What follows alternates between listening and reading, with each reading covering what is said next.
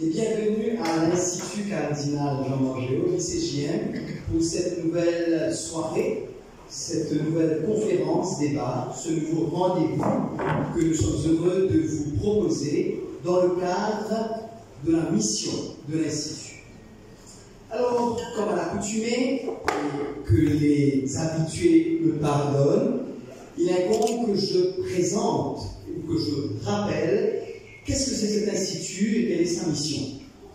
L'Institut Cardinal Jean-Margéau existe depuis maintenant 16 ans, dans sa forme actuelle. J'aime bien le dire, parce que si nous devions remonter le temps pour tenir compte de toutes les initiatives qui ont existé avant que l'Institut n'ait cette forme, nous devrions remonter jusqu'aux années 1960, 70. Mais dans sa forme actuelle, l'Institut a 16 ans. 16 ans pour faire quoi? Et j'aime à résumer cette aventure humaine, cette aventure citoyenne et mauricienne par le biais de 4 verbes. D'abord, toujours rassembler. Rassembler les Mauriciens, mais aussi les amis de toutes les nationalités qui sont de passage à Maurice ou qui vivent à Maurice. Rassembler les êtres humains, les hommes et les femmes, de tous les horizons, de toutes les appartenances, idéologies, culture, langue, sensibilité, parfois même sensibilité footballistique. Rassembler à partir de nos différences, mais aussi de nos différents. Rassembler, créer des ponts, habiter des passerelles, dans une société plurielle qu'il convient aujourd'hui de regarder dans toute sa diversité, dans tout son patrimoine, dans toutes ses cultures. Il convient de les honorer et il convient, à partir de cette pluralité, d'avancer, de faire route ensemble, de marcher ensemble. Le deuxième verbe qui dit l'Institut, c'est penser. Penser, alors que malheureusement, certaines manières d'organiser l'école, la société, l'économie ou la politique font que ce sont les verbes comme réciter ou mémoriser qui ont plus d'impact, qui sont mis en avant. Mais c'est bien le désir de penser. Penser en dehors de la boîte, penser de façon plus élargie, plus systémique, penser, critiquer, discerner, afin de rendre les hommes et les femmes davantage debout, constructeurs d'humanité. Rassembler, penser, le troisième verbe, c'est en vue de converser, de se rejoindre, d'avoir un dialogue, de débattre. De débattre, parfois il y a des sujets qui suscitent des polémiques, des scandales, des tabous, et il convient d'en débattre. Parfois aussi, il est bon que l'on n'ait pas besoin de débattre, mais que l'on converse tout simplement. Il y a parfois, il est bon d'échapper à la prédominance constante du débat, ou tout simplement causer, comme on dit chez nous, avoir un chat. Et vraiment, par ce biais-là, tisser des liens, renforcer le capital relationnel qui est le propre de l'humain. Rassembler, penser, converser, le quatrième verbe, en vue de s'engager. Quand, in fine, il s'agit bien d'un engagement. Mais un engagement qui se comprend par le verbe être d'abord, avant le verbe faire, et certainement avant le verbe avoir, c'est le verbe être qu'il s'agit de conjuguer. Être citoyen de notre beau pays, être membre de la République, être constructeur d'humanité, être fabricant de ponts, être des hommes et des femmes debout, porteurs de paix, porteurs d'amour, porteurs d'espérance. C'est un grand pari fou, probablement une utopie, un idéal, un rêve, qu'il faut avoir parfois l'audace, sinon la folie de porter. Mais que serait notre existence, déjà si belle, sans un grain de folie? Donc c'est cette folie qui nous prend et qui nous fait oser avancer dans cet institut depuis 16 ans. Maintenant, concrètement, comment nous faire ça? Comment traduire dans le concret cette aventure? Eh bien, nous proposons toujours deux poumons. D'abord, la formation. Que serait un institut de formation sans formation? Donc les cours, des parcours qui peuvent prendre des formes diverses et variées selon les besoins, selon les attentes, selon les réalités de nos publics. C'est ainsi que nous pouvons offrir des cours sous toutes sortes de formules, en matinée comme en soirée, en semaine comme en week-end, ici comme ailleurs dans le pays. Certains cours peuvent durer 3 soirs, d'autres 8 soirs, ou d'autres 15 soirs, et malheureusement pour mes étudiants, ça dure 40 soirs. Et tous ces cours tournent autour des sciences humaines, des sciences sociales, économiques, politiques, et bien évidemment des sciences religieuses. Et puis l'autre poumon, l'autre C, vous avez le C de cours, l'autre C, c'est celui de conférence. Ce sont les soirées que nous nous offrons avec gratuité de cœur, mais aussi gratuité en espèces, puisque vous l'avez remarqué, tout est gratuit dans nos soirées. Des conférences qui peuvent elles aussi prendre différentes formules. Par exemple, il y a exactement une semaine, au même endroit, nous participions au lancement d'un livre, puisque les soirées littéraires font partie des soirées de lycégiennes. Soirées littéraires qui veulent mettre en avant le génie littéraire des Mauriciens. Mettre en avant la littérature mauricienne ou la littérature sur Maurice, même si ce n'est pas des Mauriciens qui écrivent. Et puis vous avez ce qu'on appelle les lundis citoyens. Là, pardonnez-moi la discrimination, c'est l'unique discrimination qui existe dans cet institut. Il s'agit de rassembler des jeunes de 18 à 45 ans. Je sais que nous sommes tous concernés par ça, dans cette salle, mais il convient surtout de rassembler les jeunes cadres, les jeunes, pour qu'ils puissent se parler entre eux un petit peu plus librement, sans protocole, et penser là aussi leur citoyenneté. Et finalement, vous avez le grand format, les conférences débats, comme celle-ci, comme celle de ce soir, où là il s'agit tantôt d'aborder des sujets peut-être d'ordre religieux ou philosophique, mais souvent d'ordre sociétal, économique, politique. C'est ainsi que nous avons abordé les questions du handicap, de la paix dans l'océan Indien, de la démocratie, de la liberté de la presse, de l'anniversaire de la Déclaration universelle des droits de l'homme, de la paix intérieure, etc., etc. Et la soirée de ce soir, la conférence débat d'aujourd'hui, s'insère dans cet éventail, dans ce portfolio, avec toujours ces 4 verbes en filigrane. Je voudrais donc, mes chers amis, vous remercier chaleureusement d'être venus, d'avoir bravé. Alors, avant, on disait le froid, il y a un peu de moins en moins froid, mais on va dire quand même la distance, la chaleur, l'embouteillage, braver tout ce qui pourrait nous empêcher de passer une bonne soirée ici. Merci au public, merci particulièrement à nos invités, panélistes, intervenants et modérateurs. Merci de nous permettre de goûter, pas simplement au savoir, mais aussi à la réflexion, à la pensée et ensemble à une expérience collective, une expérience citoyenne. Sur ce, en vous souhaitant du fond du cœur de vivre une soirée stimulante, féconde et encourageante, j'ai le plaisir de passer la parole à Robin comme modérateur de la soirée. Je vous remercie de votre attention.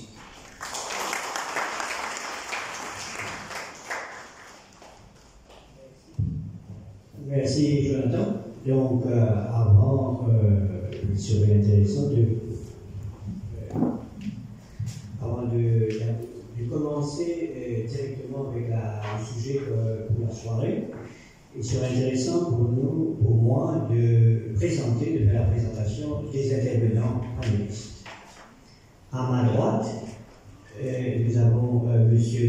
Damien Favre, qui est psychologue clinicien spécialisé en neuropsychologie. Il a acquis une expertise variée dans l'évaluation, le diagnostic et le suivi thérapeutique des troubles cognitifs et comportementaux. Il est attaché actuellement à un lycée au Plaine-Williams, précisément avocat.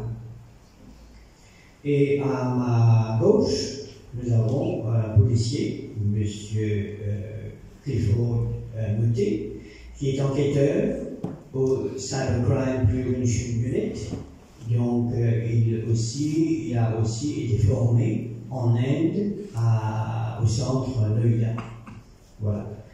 Donc, après, je vais aller un peu plus loin. Donc, il y a le docteur Stéphanie Franchette, titulaire d'un doctorat en psychologie, a exercé plus de 18 ans en France et à l'île de la Réunion, et exerce actuellement dans un lycée en Plaine-Williams. Il est aussi autrice d'un livre, Théma, publié aux éditions Nama. Et puis nous avons à sa gauche Madame Stéphanie Franchette, Monsieur Ismaël Bawamia, enquêteur attaché au bureau de l'Ombudsperson. Lui aussi, il a acquis une formation toujours en Inde et spécialisé aussi dans les droits des enfants. Et nous continuons à sa gauche. Il y a Madame Élise Kénik, qui est psychologue du développement de l'enfance et de l'adolescence de l'ONG Connecté. Elle est coordinatrice du projet de service d'écoute en milieu scolaire. Et à sa gauche aussi, il y a Madame Caroline Conad, qui est attachée à l'ONG Connecté. Sans plus tarder, donc, je vais énumérer comment la procédure de cette soirée-là va être. Après les mots de bienvenue de Jonathan, donc voilà, je vais vous expliquer. Il y aura après 1 heure, à partir de maintenant, après 1 heure, il y aura un temps de pause de pas plus de 6 minutes. Et après, il y aura bien sûr échange, discussion et débat avec vous, l'audience qui est présent ce soir. Alors, le sujet de ce soir est assez de l'actualité, très brûlant, on peut dire. L'enseignement en milieu scolaire, pas enseignement en milieu public, mais plutôt en milieu scolaire, qu'on va débattre, qu'on va découvrir les causes, nous aborderons les conséquences aussi, et les raisons qui poussent un jeune scolaire à harceler son prochain. Qu'est-ce qui existe? Est-ce qu'il existe un réseau pour la prévention? Est-ce qu'il y a une cellule d'information d'avertir nos jeunes aujourd'hui à Maurice? Est-ce que nous connaissons déjà encore, est-ce que nous avons une communication assez importante au niveau des procédures, des enquêtes qui sont menées par la police? Tout à l'heure, on va découvrir un peu le child protection, tout ça. Protection Act. Et hier, dimanche, dans le week-end, on découvre une actualité assez importante où une jeune fille s'est donnée la mort. Et aujourd'hui, on parle avec des termes très brûlants, un peu compliqués même quelquefois pour les parents. On parle de sexting, sextorsion et revenge porn. On parle de tous ces termes-là et que les parents sont un peu, entre guillemets, dépassés. Alors, on verra au niveau de cyberharcèlement, plateformes de réseaux sociaux ou cyberharcèlement à travers le téléphone, surtout en soirée.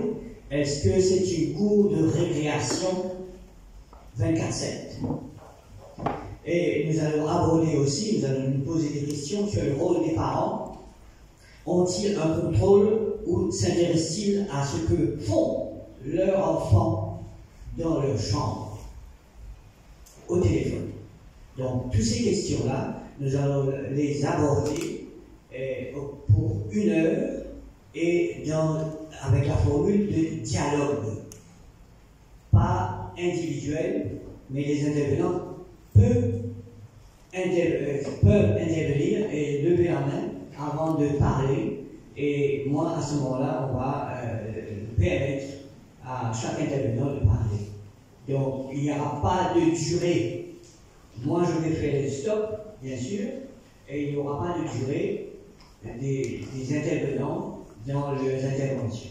Voilà. Donc, sans plus tarder, qu'est-ce que ça veut dire harcèlement, harceler? Qu'est-ce qui se passe dans la tête d'un harceleur? Donc, autant de questions. C'est quoi la vraie définition d'harceler? Que signifie l'harcèle? C'est quoi au juste un harcèlement? Autant de questions là, traiter une personne de façon à nuire à sa dignité, sa santé psychologique ou physique. Le harcèlement manifeste bien sûr par des paroles ou des comportements offensants, blessants même, méprisants, hostiles ou non désirés.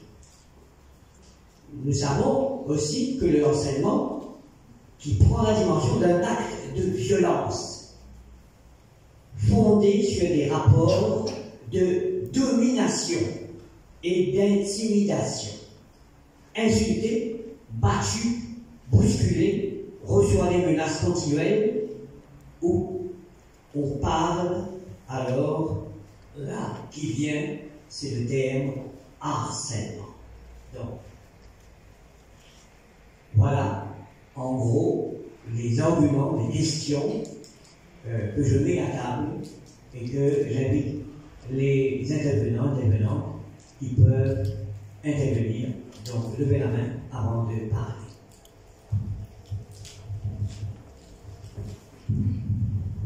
Bonsoir à tous et à toutes. D'abord, je voudrais remercier l'Institut Cardinal Jean-Marc Géo pour son invitation ce soir. Est-ce que je parle assez fort dans le micro? J'ai été briefée, mais je veux savoir si c'est OK. Sur un sujet aussi vaste, complexe, important, qui est le harcèlement scolaire. Donc, je voudrais vous remercier à tous et à toutes aussi d'être présentes pour cette discussion ce soir. Je crois que j'ai envie de commencer en disant qu'on n'est pas là en se présentant comme des personnes qui savent tout. Non, c'est pas vrai, on sait des choses, on est formé, mais il y a des choses aussi, il y a peut-être des questions, des réponses, des questions auxquelles on aura des réponses, et peut-être pas non plus. Donc, je crois que l'idée, c'est vraiment d'échanger ensemble. Alors, pour rester sur la définition du harcèlement, vous avez dit, M. Naraidou, il s'agit donc d'une violence répétée, physique ou psychologique. Et on s'accorde pour dire qu'il y a 3 composantes qui vont définir une situation de harcèlement scolaire.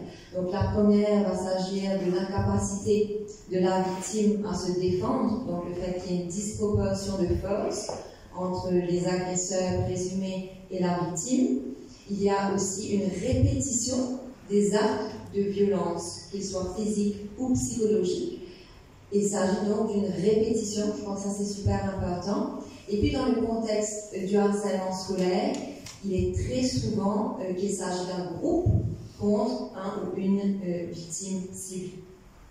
Donc ça, ce sont les 3 critères qui nous semblent importants à mettre en avant là, pour pouvoir définir une situation de harcèlement.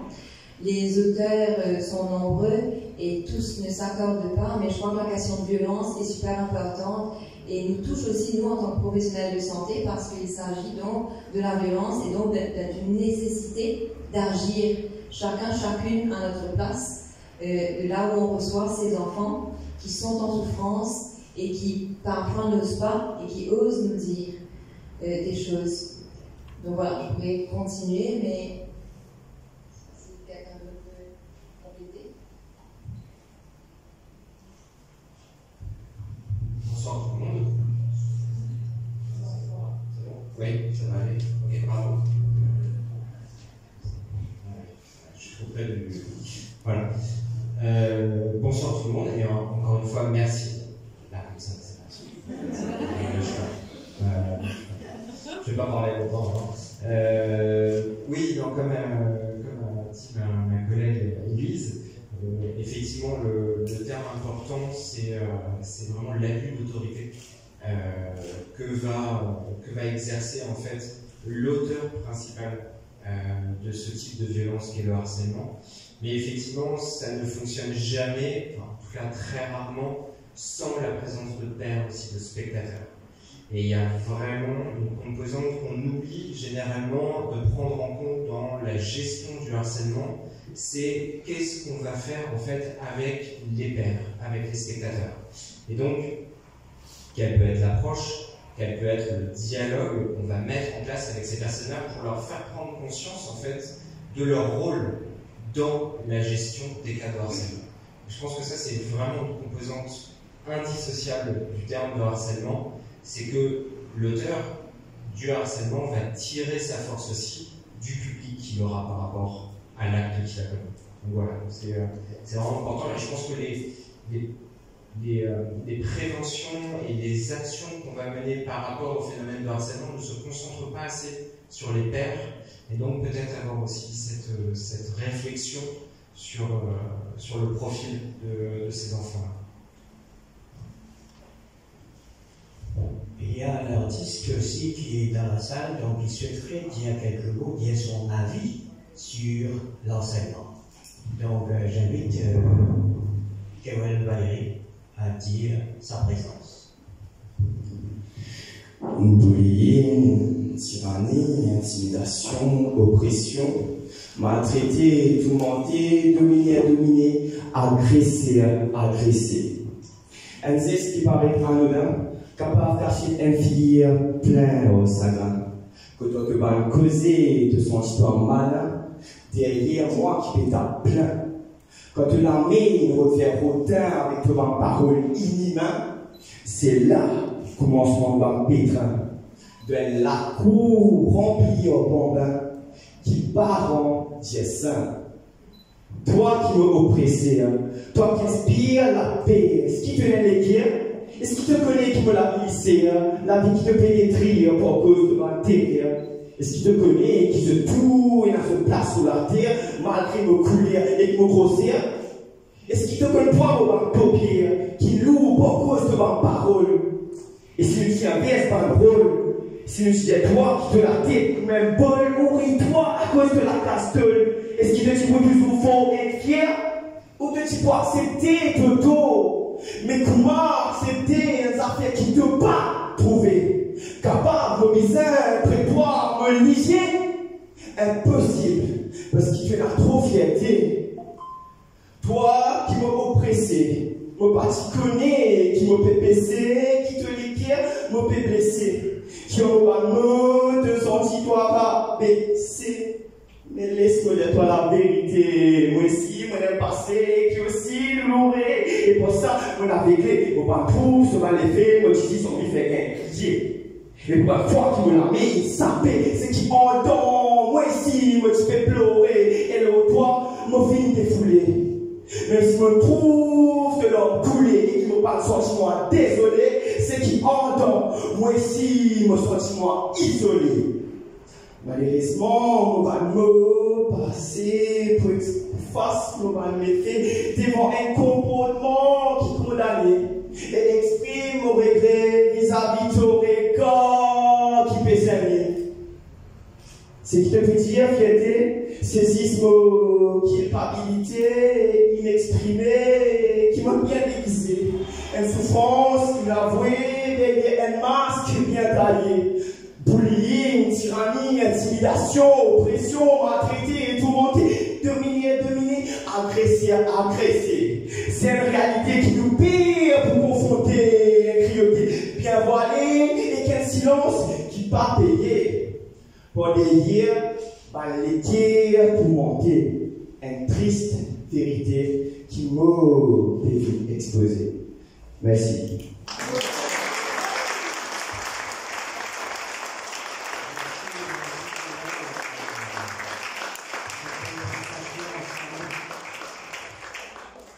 Nous rappelons que Valérie est dans l'OSI St. Mary's College et il a décroché le premier prix en slam de moins de 18 ans au concours récemment sur le thème harcèlement qui a été organisé par le Rotary Club de Bagatelle.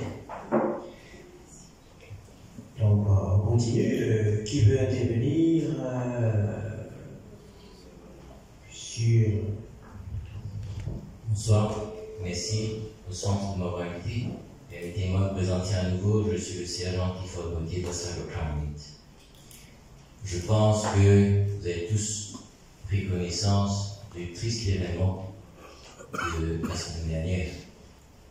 Malheureusement, je ne pourrais en parler par éthique. Étant professionnel, il y a une enquête en cours. Laissons les choses se faire. Mais ma question est que vous, parents, vous offrez un téléphone à vos enfants. Savez-vous vous-même vraiment comment l'utiliser? Et une fois le téléphone donné, que fait l'enfant? Le savez-vous? Attendez-vous irréparable pour agir? J'accuse personne, je lance une réflexion. Parce que personne ne prend le temps aujourd'hui, on est pris par nos occupations, par notre travail, parce qu'il reste à faire en rentrant de sa journée, et on laisse le téléphone entre les mains de l'enfant. Il n'y a plus de contrôle, ou très peu.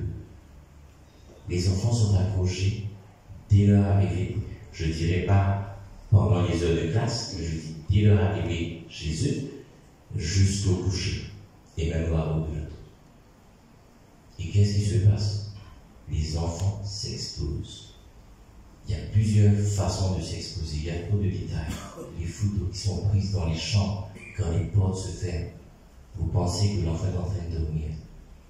C'est à ce moment-là que les enfants se portent à risque d'être des victimes de cyberharcèlement.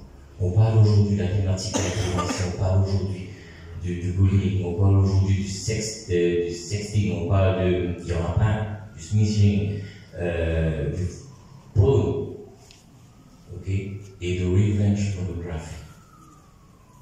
Et bien souvent, il est trop tard pour agir. Et ça ne concerne pas que les jeunes uniquement, c'est aussi chez les adultes. Pourquoi on partage? On croit en l'autre, on dévoile sa vie, on laisse passer. Et après, ce qui a été partagé sera utilisé contre nous quand, j'ai envie de dire, ça va sentir aussi. Donc à ce moment-là, il est trop tard pour agir. Je vous demanderai, vous en tant que parent, je vais peut-être vous expliquer un peu plus tout à l'heure, je vous demanderai une seule chose. Ne soyez pas des parents démissionnaires face à votre responsabilité. Vous êtes des parents, vous travaillez, vous achetez un téléphone, vous donnez à votre enfant.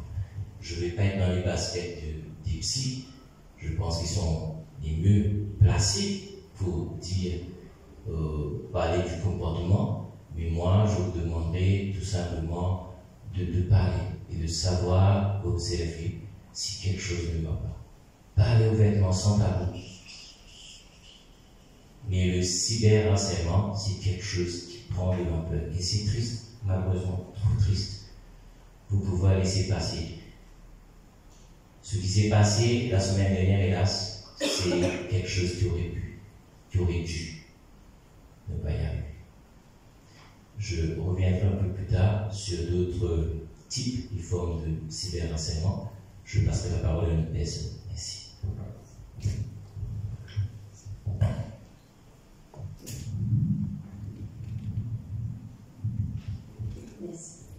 Merci à tous d'être présents. Merci à l'Institut Caristan Jean Margil de nous avoir conviés aujourd'hui à cet échange. Il est vrai qu'on parle de violence. Moi, je souhaiterais dire que la violence réside aussi dans le silence, dans l'exclusion, dans cette drôle de manière qu'ont les jeunes de mettre en dehors du groupe, en dehors du réseau, l'autre, celui qui va être perçu comme étant différent, comme étant singulier, comme étant quelqu'un qui nous renvoie, qui renvoie aux jeunes sa propre différence. Alors je vais vous l'expliquer un petit peu plus. Bien souvent, on lui demande, mais alors, y a-t-il un profil de victime, y a-t-il un profil d'intimidateur, de harceleur? Je crois que c'est très complexe et que chacun pourra s'exprimer autour de cela. Je vais prendre peut-être quelques minutes autour du harceleur, l'intimidateur. Bien souvent, il s'agit d'un processus. Les choses ne se déroulent pas de manière abrupte, du jour au lendemain. Il s'agit d'un processus. Le jeune, je vais peut-être m'attarder là sur l'adolescence, le jeune, l'adolescent, il faut savoir qu'il quitte le monde de l'enfance pour aller dans le monde de l'adulte. Au cours de cette transformation qu'il va vivre, il a besoin de s'éloigner un peu de sa famille pour aller rejoindre le groupe de pairs, ses copains, pour se construire en tant qu'adolescent, en tant qu'individu. Et bien souvent, les jeunes vont se tourner vers ceux qui vont être un peu le miroir d'eux-mêmes. Tiens, on pense pareil. C'est ma copine, elle est comme moi. Je ne sais pas si vous avez entendu ces mots-là. Chez les adolescents, ils ont besoin du miroir que va leur renvoyer les autres. Et le processus d'intimidation peut commencer lorsque l'adolescent ou le jeune, l'enfant, plutôt l'adolescent là, dans ce cas-là, perçoit un décalage chez l'autre. Une différence qui sera peut-être réelle, peut-être imaginaire. Une différence qui va le renvoyer, lui, à sa faille, à lui. On appelle la faille narcissique. À sa fragilité. Et pour lui, ce sera trop terrible. Alors, la relation d'emprise va débuter. Seul, l'intimidateur ou avec d'autres. Bien souvent en présence de témoins. C'est un peu comme une pièce de théâtre. On est un peu comme du psychodrame, malheureusement, dans une école, dans un collège. Et l'intimidateur va renvoyer à l'autre à quel point l'autre est fragile, à quel point l'autre ne vaut pas le coup d'exister presque, à quel point l'autre ne mérite pas d'être présent là avec lui. Par un effet progressif de dégradation de l'autre, à travers les mots, le silence, les moqueries, les humiliations, l'intimidateur déshumanise l'autre. L'autre en vient à un état d'objet.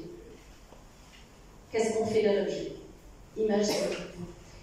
L'intimidateur ne peut plus s'identifier à l'autre qui est victime. Il n'a plus d'empathie. Il ne peut pas se mettre à la place de l'autre. D'où la nécessité de ce travail-là pour accompagner aussi le harceleur.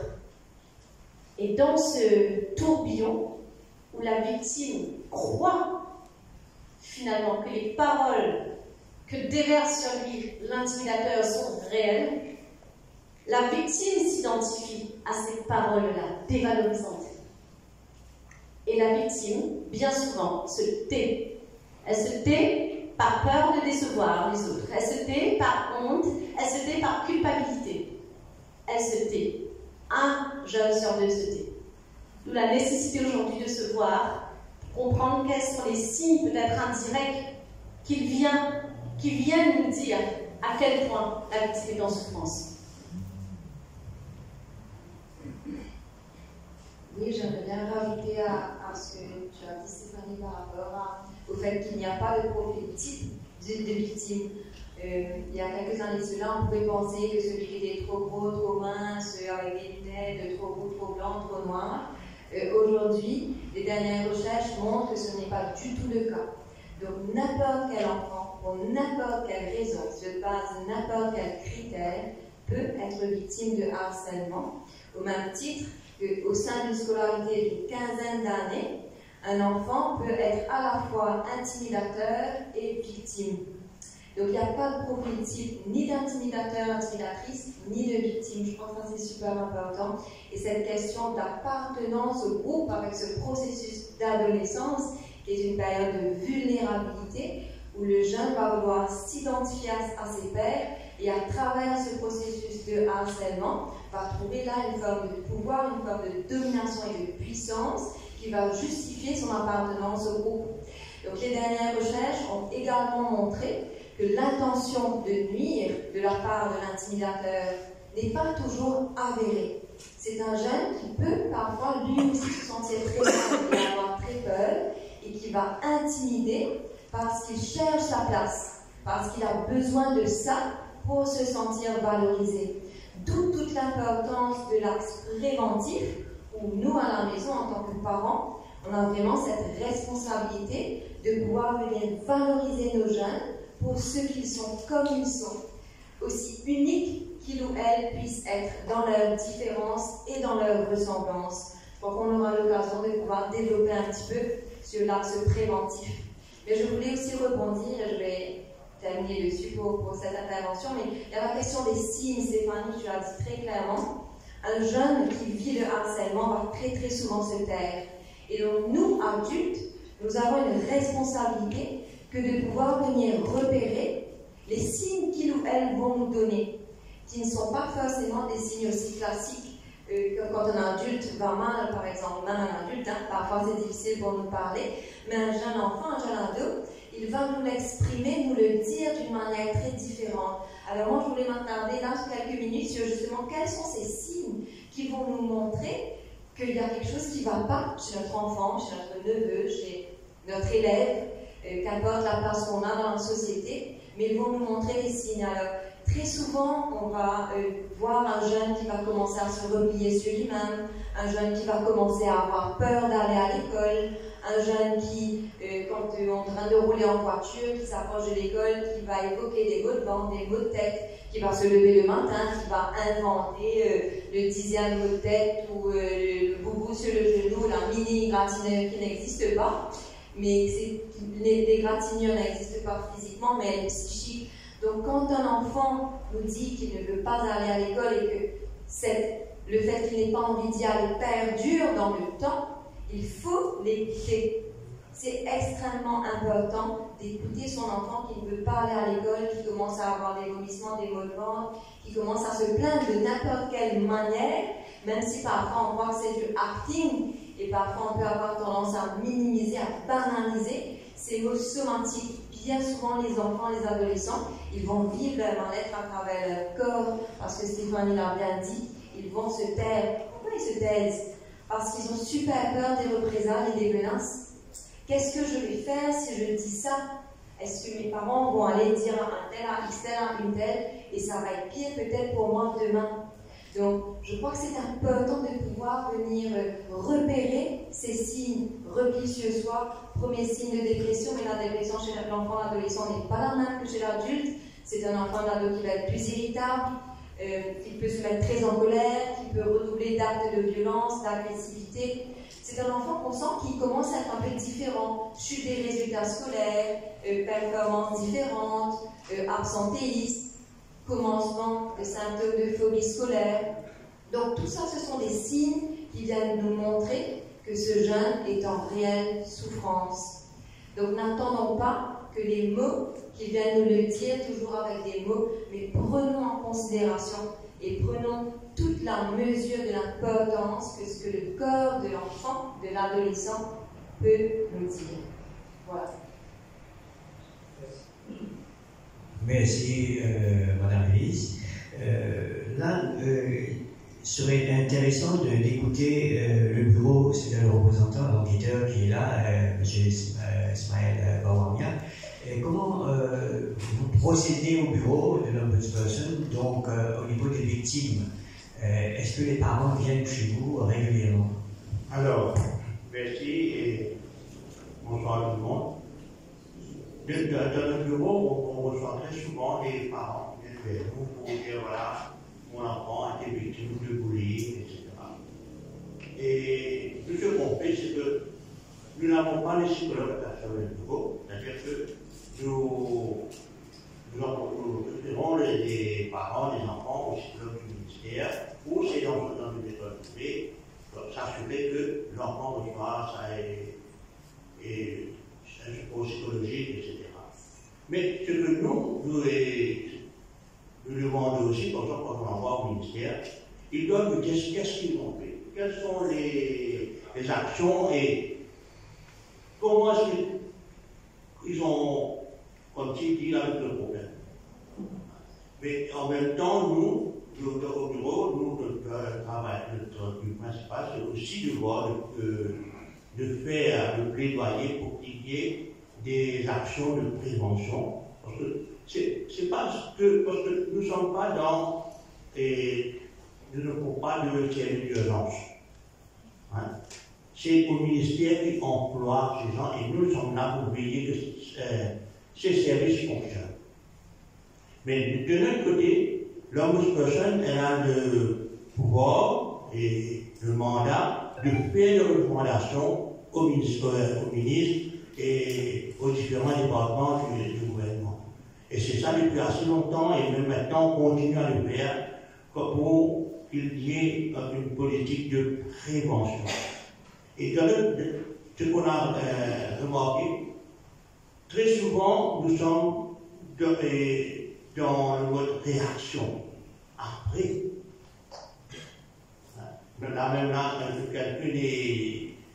si des labos, maintenant on va commencer à réfléchir. Qu'est-ce qu'on fait avant d'aller à l'école?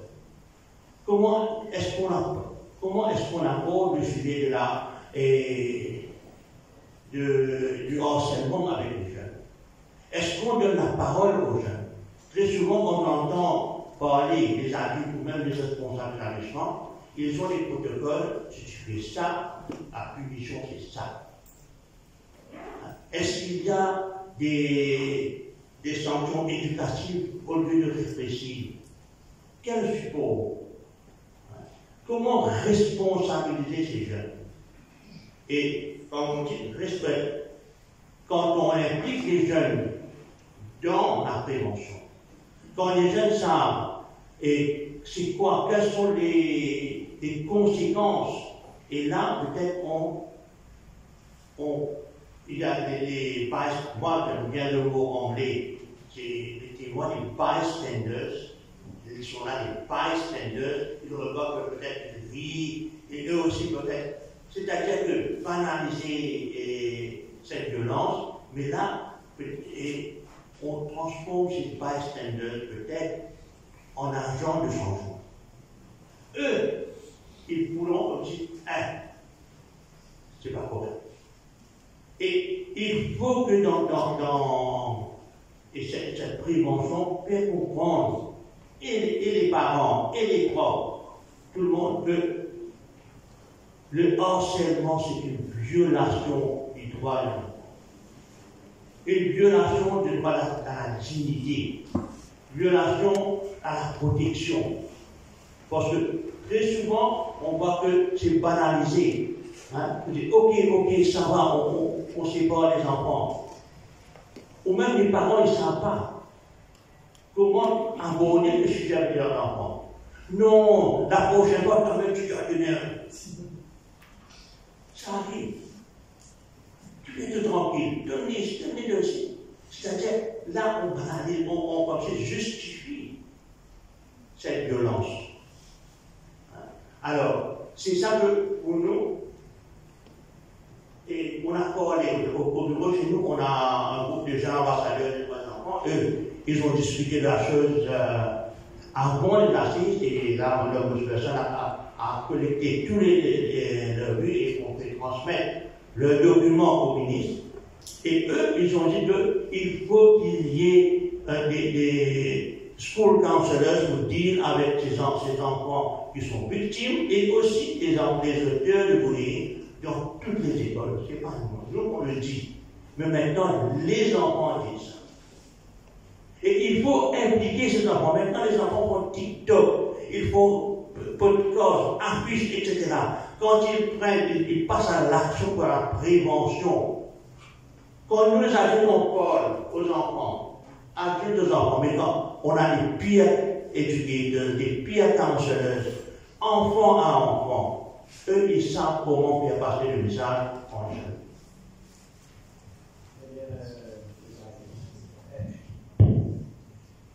Est-ce que, Madame Caroline Bonat, vous pouvez effectivement nous donner un peu plus de précision au niveau de vos interventions dans les collèges en milieu scolaire? D'accord, oui. Et j'allais rebondir justement sur ce que M. Ismaël a dit au niveau de la prévention. Et je rajoute un petit bout sur l'intervention que Noah Connecté ont fait. Alors oui, je vous rejoins totalement par rapport aux espaces de parole qui font qu'on donne à nos jeunes, à nos enfants, qu'on prenne vraiment le temps de les voir, vraiment les regarder et puis leur donner aussi cet espace pour qu'ils puissent parler de tout, que nous, adultes, nous soyons vraiment ouverts à entendre tout ce qu'ils peuvent vivre et entendre aussi leurs besoins. Et puis, vous avez parlé de TikTok, du numérique, je crois que c'est aussi important par rapport à la prévention, que nous ayons une éducation par rapport à l'utilisation de tout ce qui est téléphone, réseau social, parler un peu des dangers, de ce qui peut se passer sur tous ces réseaux, mais peut-être là, le sergent saura donner un petit peu plus de détails. Et puis aussi, un peu comme ce soir, faire des conférences, débats, justement, pour être informés, pour continuer à se former, que tous et toutes, nous soyons aussi des agents de changement, qu'on prenne position, qu'on intervienne, qu'on agisse vraiment pour le bien-être de nos jeunes. Alors, Noah Connecté, on a mis en place dans quelques collèges, nous sommes aussi un peu encore en train de former des personnels, enseignants et non-enseignants, donc à une méthode qui s'appelle la méthode de préoccupation partagée. Donc c'est une méthode d'intervention, donc qui arrive quand on entend et qu'on reçoit dans nos espaces de parole un élève qui est victime de harcèlement. Donc c'est une méthode qui est non violente. Ça veut dire qu'on va créer de la préoccupation chez les bystanders, donc les témoins, les spectateurs, mais aussi chez la personne qui est en train de bully, donc l'intimidateur présumé, donc de la victime. Donc on va créer cette préoccupation, ça veut dire qu'on va inviter donc quelques élèves de la classe et l'intimidateur présumé à se poser la question, donc à voir, est-ce que tu as remarqué que tel élève n'allait pas bien dans ta classe? Est-ce que tu as vu qu'il y avait un changement chez cet élève-là? Est-ce que tu l'as vu là depuis quelques temps? Donc voilà, et surtout, qu'est-ce que tu peux faire? Donc si tu as remarqué, qu'est-ce que tu peux faire pour aider ce jeune à se sentir mieux, à faire qu'il aille un peu mieux dans ta classe? Donc nous avons formé, pour le moment je pense qu'on est à trois collèges, trois staffs, donc formés à cette méthode, donc avec des équipes, comme on dit, de MPP dans l'école, qui, donc des profs, des enseignants, du personnel administratif ou de soutien, donc qui sont au courant de situation et qui vont mener des interviews, des mini-entretiens de 2 à 3 minutes pour interpeller les bystanders et l'intimidateur présumé sur cette question de qu'est-ce que tu peux faire, comment tu peux agir, toi, pour que ce jeune qui ne va pas bien dans ta classe se sente un peu mieux. Donc vraiment créer de l'empathie, comme on a parlé de ça, créer de l'empathie, souvent chez les jeunes, comme tu l'as dit, qui n'ont peut-être lu et qui souffrent aussi, qu'on a besoin aussi de voir et de regarder. Damien, comment ça se passe chez toi, Lucie? Alors, justement, la méthode de la préoccupation partagée, on l'a mis en place dans un cas de harcèlement qui s'est passé au lycée, et effectivement, ça nous a permis déjà de savoir exactement ce qui se passait, parce que la plus grande difficulté, c'est de savoir exactement qui sont les auteurs, qui sont les victimes, et qu'est-ce qui s'est réellement passé. Parce que on n'a pas forcément tout ce qui se passe et tous les événements bien précis. Donc avec cette idée de modifier le rôle du harceleur qui deviendrait un aidant de la personne harcelée, ça nous permet d'avoir beaucoup d'informations. Donc c'est quelque chose qui a plutôt bien fonctionné. Après, elle n'est pas magique. On a vu des ados qui n'avaient absolument rien à faire de la détresse de l'enfant qui était victime. C'est une réalité. Il faut en être conscient, mais c'est vrai que ça permet déjà d'instaurer un dialogue. Et je pense que, vraiment, je ne sais pas si mes collègues partageront mon avis, mais il faut redonner aux enfants en fait, la confiance dans les adultes. Quand on anime des ateliers avec les adolescents, beaucoup nous disent que voilà, je n'irai pas me confier, en tout cas au personnel enseignant. Moi j'étais agréablement surpris lorsqu'on a fait une formation une cause pour les élèves du lycée des Mascareilles. J'avais plutôt confiance en leurs parents, mais par contre le personnel enseignant, c'était assez difficile pour eux d'aller se confier, tout simplement parce que qu'est-ce que ça va dire? Qu'est-ce que ça va faire? Qu'est-ce que ça va apporter? Et en sachant que l'enfant, l'adolescent va passer une grande majorité de son existence au sein d'un contexte scolaire, beaucoup plus qu'avec leurs parents. Donc je pense que vraiment, il y a une réflexion à avoir par rapport à ce qu'on peut proposer dans le milieu éducatif, mais aussi vous redonner les clés en tant que parent. Je pense que aussi c'est important que vous sachiez comment prendre en charge la détresse de vos enfants. Et comme disait Stéphanie et mes collègues, c'est tout changement par rapport à la norme de votre enfant. Donc tout changement de comportement, tout changement d'habitude sur un temps assez long peut être synonyme de mal-être. Et c'est vraiment en fait important. Mais changement dans le plus ou dans le moins. Par exemple, au niveau alimentaire, ça peut être est-ce qu'il va prendre beaucoup plus de nourriture que d'habitude ou beaucoup moins? Est-ce qu'il va dormir beaucoup plus ou il va dormir beaucoup moins? Et c'est vrai qu'il faut prendre conscience que ces changements par rapport à les habitudes de vos enfants peuvent être révélateurs d'un mal-être. Parce que le harcèlement, souvent synonyme de stress, et le stress va provoquer tout un enchaînement de réactions métaboliques. Je vais vous passer les détails, c'est chiant, c'est bon. Mais en gros, il y a beaucoup d'impact sur la cognition de votre enfant, que ce soit la mémoire, que ce soit l'attention, que ce soit tout ce qui est fonction exécutive, donc l'inhibition des comportements, la régulation des émotions. Donc, partez du principe, c'est ce que j'essaye d'amener aux parents, c'est qu'un enfant ne va jamais mettre en place un comportement qui le fait sortir de la norme. Jamais il va se dire « Ah, mais si j'étais différent en fait de tous mes congénères ?» Juste comme ça, juste pour le plaisir. Non. Il y a un message. Il y a un message qu'il veut faire passer, mais il n'a pas forcément les mots pour le faire passer. Et dans les situations de harcèlement, on entend encore, c'est pas vous, mais l'idée que c'est pas si grave. Et effectivement, dans 95% des cas, c'est pas si grave que ça.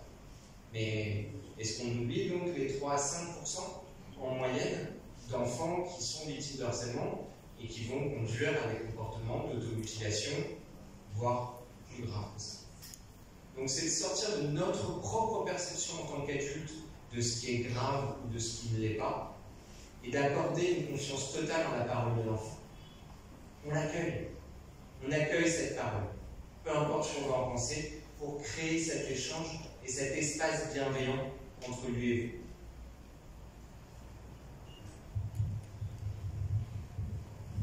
Merci Bernard pour compléter ce que tous les collègues ont pu dire.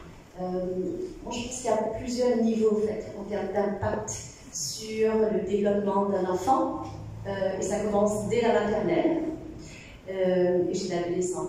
D'abord, lorsqu'un enfant ou un adolescent est victime de harcèlement, il y a son estime de lui qui est grandement affectée. Il perd confiance en sa valeur, ce qu'on appelle l'estime de soi, il perd confiance en ses capacités, c'est la confiance en soi. Et lorsque le processus de harcèlement se met en place sans que le jeune puisse être aidé, alors oui, vous l'avez dit, il y a des troubles qui s'installent et qui sont extrêmement graves. On parle de troubles anxieux, on parle de dépression, comme tu l'as dit, qui s'expriment différemment chez le jeune. Il y a des conduites à risque, des conduites addictives qui se mettent en place comme pour échapper. Lorsqu'on a parlé tout à l'heure de ce qui peut amener un jeune à harceler, on a bien compris que chacun peut être à la place de la victime, du harceleur ou du témoin. Moi, je crois qu'il s'agit aussi d'une question sociétale. Pour moi, on en parlait, le harcèlement scolaire, cette forme de violence-là qui arrive comme une vague à l'école, dans la cour de récréation ou sur les réseaux de cyberharcèlement, mais peut-être que la conséquence, le reflet, par ailleurs, d'autres espaces, d'autres lieux, où la violence s'est installée, où les frontières ne sont pas respectées. L'enfant, le petit, qui n'est pas adolescent, et qui vit la violence chez lui, et qui est, par exemple, impuissant face à une situation familiale difficile, une situation sociale difficile, vient peut-être s'identifier à l'agresseur, à la personne qui est violente, et dans la cour de récréation et en classe, alors il reproduit ces comportements-là. Donc moi j'ai envie de dire oui, harcèlement scolaire, mais qui est peut-être un symptôme, un signe d'une société qui a besoin d'être, autour de laquelle on peut réfléchir ensemble, puisqu'on fait partie ensemble. Tu as parlé de cette société, de ce lien-là, de ces liens entre nous. Et je suis moins touchée par le fait que, bien souvent, c'est lors de ces tout premiers pas qu'un enfant a besoin d'être accompagné pour comprendre ce que c'est que l'empathie, pour comprendre ce que c'est que les émotions, pour reconnaître en lui les émotions et pouvoir, chez l'autre, ces émotions de tristesse, de colère, qui développent l'empathie, qui est une part de l'intelligence émotionnelle et qui se développe peut-être pas dans des cahiers de français, vous en avez parlé, ou des cahiers de mathématiques, certes, mais qui s'apprend dans la relation à chacun, avec l'enseignant, avec les autres, avec papa et maman, avec grand-mère, les frères et les sœurs. C'est comment respecter les autres et les émotions des autres. Et je crois que chaque citoyen a une place fondamentale dans la construction du petit humain qui est en train de grandir. Et moi, j'aimerais bien, je pense qu'à Maurice, il y a déjà des choses qui se font autour du développement des émotions, de l'apprentissage des émotions chez les petits. J'ai été bien contente en fait, d'entendre qu'il y avait une méthode qui s'appelait le Qui va bien, qui a été fondée, qui a été mise en place en 2009 en Finlande, qui s'est exportée dans 2 pays européens et aux États-Unis, qui consiste à apprendre en fait, aux enfants à partir de 6 ans les émotions. Un programme sur les émotions. Tout un programme, un volet spécifique. Il ne s'agit pas de maths, de français, d'anglais, il s'agit d'un volet spécifique. Et si on en parlait réellement? Et si on permettait aux jeunes aujourd'hui de se mettre à la place de la victime, du témoin et de l'intimidateur, pour qu'il ait les clés pour développer son empathie et être un citoyen? Voilà, c'est une question ouverte. Je peux compléter rapidement.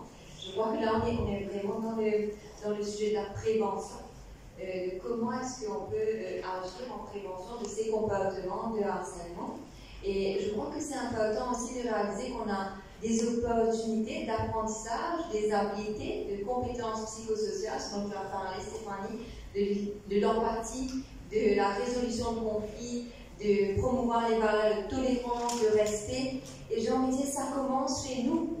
Je parle de nous, bien sûr, parce que je suis aussi maman de jeunes enfants. Et je crois que nos enfants, ils nous montrent beaucoup d'opportunités pour leur enseigner et pour être des modèles nous-mêmes de gestion de résolution de conflits quand on a un désaccord.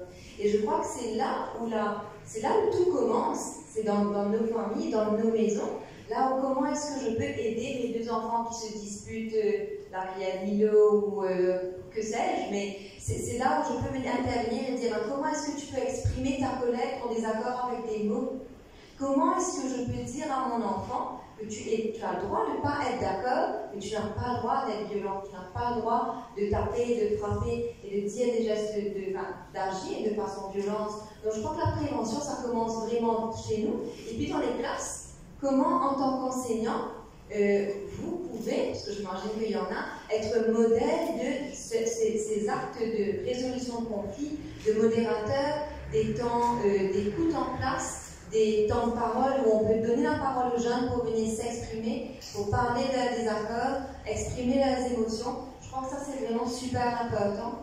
Et donc, juste pour revenir sur l'ANPP, qui est un moyen d'intervention au niveau institutionnel, donc dans une école, quand il y a un problème de harcèlement, oui, l'ANPP peut tout à fait être aidante dans bien des situations. Et puis, il y a aussi, je crois, la prévention, mais aussi l'intervention au niveau national, au niveau de notre ministère, où on peut vraiment venir encourager des programmes de prévention, de lutte contre le harcèlement, comme c'est par exemple le cas en France avec le programme phare, qui a été lancé il y a quelques années de cela, et qui est un programme qui se fait dans toutes les écoles, où on vient vraiment, avec plusieurs étapes, sensibiliser la communauté scolaire au harcèlement.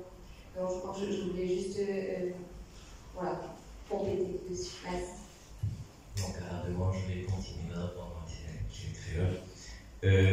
Donc, comprendre qu'au sein de l'organisation, au sein de la police, nous sommes aussi très présents sur le terrain, non seulement au niveau de la cybercrime, qui nous paraît un bureau et attendre à ce qu'il y ait une enquête démarrée ou arriver à une affaire. Nous aussi là, dans les firmes privées, dans les collèges, dans les écoles primaires, nous cause pour la prévention et comment se protéger sur les réseaux. Et là, moi, je suis aussi à présenter deux de mes collègues, je suis aussi à lui aussi, la chef inspectrice, Mme Augustin et M. Jean-Mawandi, qui font partie d'un département qui est, je peux dire, un cœur pour la prévention, c'est le club de Belchamilite. Donc, je suis très présent sur le terrain et auprès des enfants, auprès des adultes aussi, pour faire comprendre comment se protéger déjà et à ce qui va faire, qui faisable ou pas. Donc la prévention, nous pas attendre qu'il arrive des affaires pour après nous décider comment évoluer, quelle est la marche à suivre. Non. La prévention est là chez les jeunes, quoique malheureusement, même ceux et nous souvent, nous avons un écho nous déplacer, mais il est triste encore pour constater qu'à la fin de l'école, le spectacle qui se donne au Banagor, ça est très très triste. Et bien souvent, tu as là mon temps de bystanders, mon temps, et là, ce qui m'a appelé, j'ai envie de dire, de nous créer, là. Mais sachez que même ceux qui est dans la vidéo et qui donne l'ambiance, ou qui tape, ou qui risque ou peu importe, ne pensez pas que ce corps est inquiété. Donc, parce que non seulement, au lieu de faire la vidéo et de poster, si c'est plus simple, je pense à un téléphone, je téléphone à la police, je dis il y a un problème, et nous connaissons comment régler la situation. Parce que non seulement, et c'est dit dans qu'on appelle le club People Mission, si ou pas faire non, ou c'est pas quelque chose, À l'exception pour ne pas mettre la vie en danger. Right? Et vous commettez une offense. Donc, avant qu'ils se prennent le téléphone et faire une vidéo pour gagner une chaise, un like, etc., pensez à deux fois. Parce que ce que vous tenez entre les mains, qui est un outil de communication à la base, pour peut-être communiquer avec les gens d'ailleurs, de vos camarades, aujourd'hui nous trouvons que c'est un outil qui peut nous régler nos différences. On ne peut plus dire à l'autre ce qu'on pense. Alors, plus facile, nous passer derrière l'écran, nous bien noter et nous créer tout ce qui nous envie, nous dire tout ce qui nous envie. Et donc, il vient commencer une machine à laver, on lave le linge sale, là, devant tout le monde, et là, il y a mon corps qui moustif. Tout à l'heure, on peut expliquer ce petit là-bas. Et pas penser qui, comme on l'écrit, et tout ce que vous riez, il y a un petit commentaire, même ceux qui commentent avec l'esprit de créer la haine raciale en utilisant les mots à nos goûts aussi déplacés. Pas penser parce que moi, on met 5 commentaires par mois pour des posts, pas penser que vous avez pas inquiété. Ou qui se paient, comment le dire, à l'île du feu là. Donc, vous aussi, vous êtes appelés à venir vous expliquer. Merci. Oui. Alors, d'où l'importance de cette éducation avant. Hein, parce que il faut trouver du temps. Dans beaucoup de cas, j'ai même des amis qui sont profs, on n'a pas de temps. Hein, le programme est chargé, etc. Mais quand il y a harcèlement, quand il y a violence à l'école, le programme scolaire est perturbé. Il faut trouver du temps. Par exemple, dans les écoles primaires, on a le holistic education. Et là, moi, il y a quelque chose que Robin fait que moi je trouve formidable, c'est le théâtre choral. Pour les enfants, on encourage les gens à parler. Les enfants peuvent parler, échanger les rôles. Et ça va aider à développer l'empathie. Même les jeux de rôle, les enfants ne savent pas comment se mettre dans la peau de notre personnage.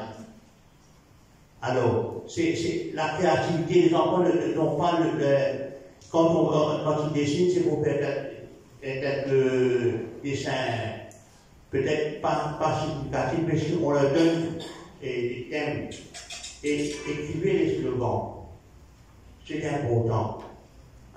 Et là, moi j'ai lu ça aujourd'hui avant de venir, parce que moi j'ai un ruban ici, là c'est Palestine, mais quelquefois j'ai lu c'est un ruban bleu, c'est-à-dire les enfants s'engagent contre le harcèlement. C'est-à-dire quand j'ai un symbole sur moi, c'est quelque chose. Ça peut avoir un déclic avant de faire quelque chose. Bien sûr, ça, et pour ça, il faut avoir une éducation qui précède. Et tout à l'heure, j'ai parlé sur la participation. Il faut mettre bien dans la tête que la participation n'est pas un privilège, c'est un droit. Les enfants ont droit à la participation. Et c'est la Convention garantit ça, l'article 12, dans tout concerne, tous les sujets qui concernent les enfants ont le droit de s'exprimer, de donner leur opinion et comment procéder. C'est-à-dire que l'enfant doit être des choses qui les concernent. Avec l'envahissement, c'est-à-dire des images, à outrance avec le téléphone, le réseau, qu'est-ce qui se passe? C'est-à-dire, on donne, c'est-à-dire, M. Bagna, vous faites Thierry là, c'est qui, les enfants-là, ils ont droit à la parole. Mais la parole-là peut diminuer avec le téléphone. Alors, justement, si l'enfant a une éducation au droit, j'ai le droit de parler, mais je n'ai pas le droit de dire n'importe quoi. Si moi j'ai des droits, mes amis aussi ont des droits. C'est quand on fait et on montre c'est l'éducation au droit, l'enfant apprend aussi de facto la responsabilité. Je crois que vous entendrez pas parler rights, respect, responsibilities. Et là, Madame pourra ajouter résilience. C'est important. On a des droits. On ne peut pas dire que les enfants ont des responsabilités avant. On a des enfants naissent avec des droits. Avec ces droits, avec l'éducation, l'enfant va apprendre à respecter les droits des autres. L'enfant va apprendre en grandissant, à prendre des responsabilités, à devenir plus responsable à travers l'éducation. Et aussi à travers le rôle modèle des états. Ce que l'enfant voit. Comme vous dites, et l'enfant doit appeler sur le portable. Il est exposé à l'image de violence. Dans certains cas, les jeunes, là, c'est lui le voit à l'écran. Ben, s'il commence à s'améliorer, et ça, c'est correct. Et c'est ça qu'il faut parler. Il faut en parler, il faut voir, il faut discuter. Pourquoi c'est pas bon?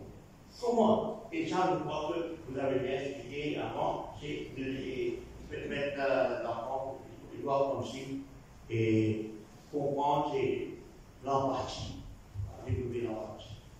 Nous connaissons un parent de rôle, un parent, est-ce qu'ils étaient démissionnés? Est-ce qu'ils, avec depuis les VS cadrés, les fini travail, ils étaient broyés par l'employeur et qui rentraient hyper stressés et qui rôle, c'est-à-dire les donne sa portable là, par ces enfants-là ont envie de causer, ils ont envie de dire quelque chose, comment ils passent la journée à l'école. Et donc, on cause droit à la parole, et nous pouvons faire sur la bouche avec portable. Et quelqu'un n'a pas réagi.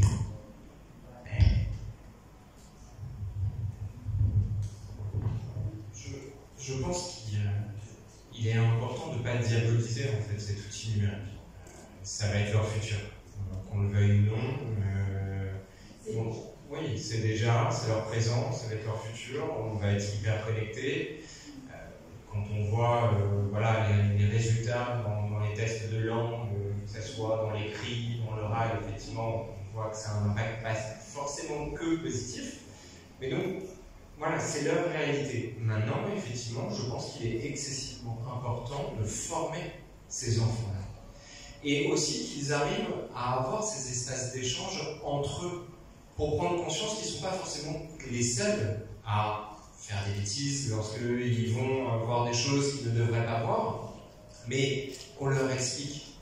Et vraiment cette sensibilisation à l'utilisation de l'outil numérique, parce que c'est un outil extraordinaire pour le savoir. On a accès maintenant à tout, à toute l'histoire. Et donc je pense qu'il faut arriver à ce qu'ils l'utilisent d'une manière appropriée pour que ça soit une force, pour qu'ils puissent dénoncer aussi des choses, comme on le voit maintenant dans beaucoup de mouvements citoyens, que ce soit à Madagascar, que ce soit au Népal, où ces parties de réseaux sociaux aussi, ça peut être une véritable force. Mais effectivement, parfois, on a toujours tendance à blâmer les parents lorsqu'il y a des difficultés de comportement. Je pense que non, c'est multifactoriel, mais c'est vrai qu'il faut prendre un peu de recul et se dire qu'on donne un outil sans leur expliquer comment s'en servir.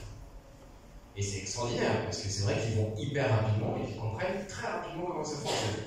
C'est limite instinctif.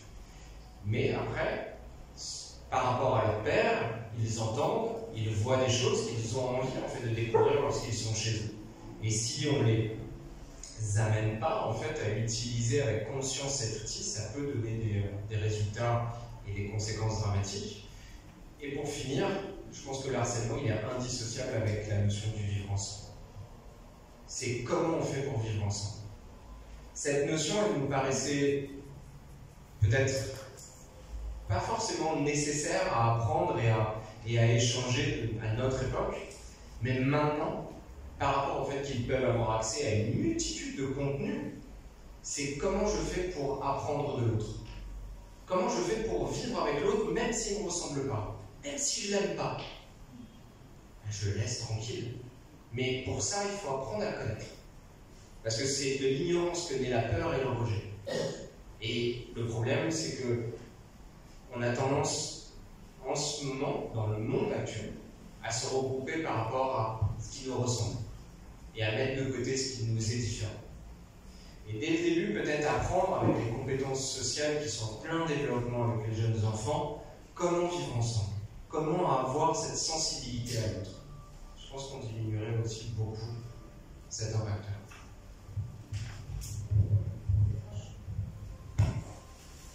Merci, Damien. Je voudrais rajouter que c'est pas simple le fait de, excusez-moi, mais de poser le téléphone, même en tant qu'adulte.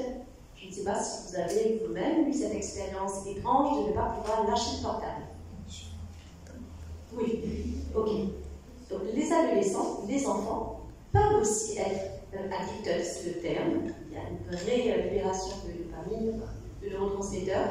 Et le téléphone a un vrai effet addictif. Donc la première chose, moi je me dis, tiens, si je veux que mon enfant pose son téléphone et qu'on fasse un Monopoly ensemble, waouh! Première chose, d'abord le mien. Ok? J'ai inventé, je pense que en tant que maman, en tant que professionnelle, enseignant, nous inventons plein de solutions. Il faut fabriquer, inventer. Et il y a eu la boîte à chaussures dans ma maison, le panier à téléphone. Hein? À un moment donné, il faut pouvoir se séparer de l'objet pour être en relation humaine et directe avec les personnes de notre entourage. Donc, je pense que chaque famille, chaque parent peut réfléchir et réfléchit déjà à qu'est-ce qu'il peut faire pour permettre à son enfant et à lui-même de mettre le téléphone de côté, mais surtout, qu'est-ce qu'on fait à la place? Que fait-on? S'il n'y a pas de Monopoly, on fait quoi? Qu'est-ce que je vais dire? De quoi va-t-on parler? Et je crois que c'est ce lien-là, restaurer le lien par les rituels. Bien souvent, aujourd'hui, on ne mange plus ensemble. Non, pardon. On va être fâché avec moi, c'est pas vrai. Non. Parfois, il arrive que l'on ne mange plus ensemble, que chacun soit sur son écran, devant la télévision. Netflix et j'en passe, hein, ont envahi notre maison. On n'est plus tout seul dans la maison. Et comment alors restaurer les rituels familiaux qui étaient là avant? Vous vous rappelez quand le patriarche, le matriarche disait à table, tout le monde posait ses canettes, venez, n'est-ce pas? Vous n'avez pas trop le choix, mais c'était un rituel. Et comment chaque famille peut réfléchir à ces rituels, ses propres rituels, qui vont permettre à tous les membres de la famille d'être ensemble, de se regarder, de se parler, peut-être de parler de la journée, au travers d'un jeu ou une discussion. Voilà, j'ouvre un petit peu. Je veux juste rajouter par rapport à ça, je crois que ce que vous dites est super important. Ce qui sauve, c'est le lien. La relation qu'on a avec nos jeunes, qu'importe la place qu'on a, c'est ça qui va les sauver. Et aujourd'hui, le lien, parfois, c'est aussi à travers un écran. Et je te rejoins, Damien, quand tu dis qu'il ne faut pas diaboliser. Moi, j'ai jamais pensé que c'est juste de trouver sa juste place, de donner à cet outil numérique sa juste place dans notre quotidien, parce qu'il a sa place, il aura sa place. Et parfois, nos adolescents, ils sont tellement dans Minecraft, Roblox, Fight, comment dire, le truc que tout le monde a, ils sont dedans, et parfois, c'est aussi de s'autoriser en tant qu'adulte à leur poser des questions sur leur jeu. Qu'est-ce que tu fais dans Minecraft? Qu'est-ce que ça te permet? Avec qui tu joues à Minecraft? Qu'est-ce que tu aimes bien faire? Donc de pouvoir se dire, quelque part, cet outil numérique peut aussi être un pont entre moi et lui, parce que ce qui va le mettre en danger, ça va être la rupture du lien. Et je crois que ça, c'est super important. S'il y a un message avec lequel vous pourriez repartir ce soir en ce qui me concerne, c'est vraiment de repenser ce lien pour nos adolescents d'aujourd'hui, comment créer, consolider, et même si c'est un die-hard de Minecraft ou de Roblox, de s'autoriser à rentrer dans son monde, à faire un petit pas dans ce monde-là. Parce que oui, nous, on a notre monde d'adulte, de professionnels, avec notre journée de travail, on rentre, on est fatigué. Moi, je ne crois pas que tous les parents sont démissionnaires, je crois que c'est un peu une trop grande généralité. Je crois que chacune fait de son mieux, mais que parfois, certains parents peuvent manquer d'outils et se trouvent parfois un peu dépourvus quand le jeune vient rentrer de l'école et dit, tu sais, X m'a traité de saucisse carrée. Ça fait une semaine qu'on me dit que ma tête ressemble à une saucisse carrée. Et le parent peut être très désarmé par rapport à ça. Donc je crois que de pouvoir se rendre disponible, donc non, ils ne sont pas démissionnaires, mais on a aussi une responsabilité de pouvoir se poser la question en tant qu'adulte, comment je peux me débarrasser de mon objet? Comment est-ce que, comme Thomas Dansango dit, c'est comment je peux prendre une douche psychique? Est-ce que là, je peux remettre mon compteur à zéro pour être pleinement disponible à mon enfant qui a vécu des milliards d'émotions en une journée et qui va me le dire d'une manière ou d'une autre? Et parfois, il va me le dire en hurlant, en criant, parce qu'il n'a pas d'autre manière de me le dire. Mais je crois que cette question du lien et de trouver sa juste place et de donner à sa juste place à l'outil numérique est un réel sujet d'actualité.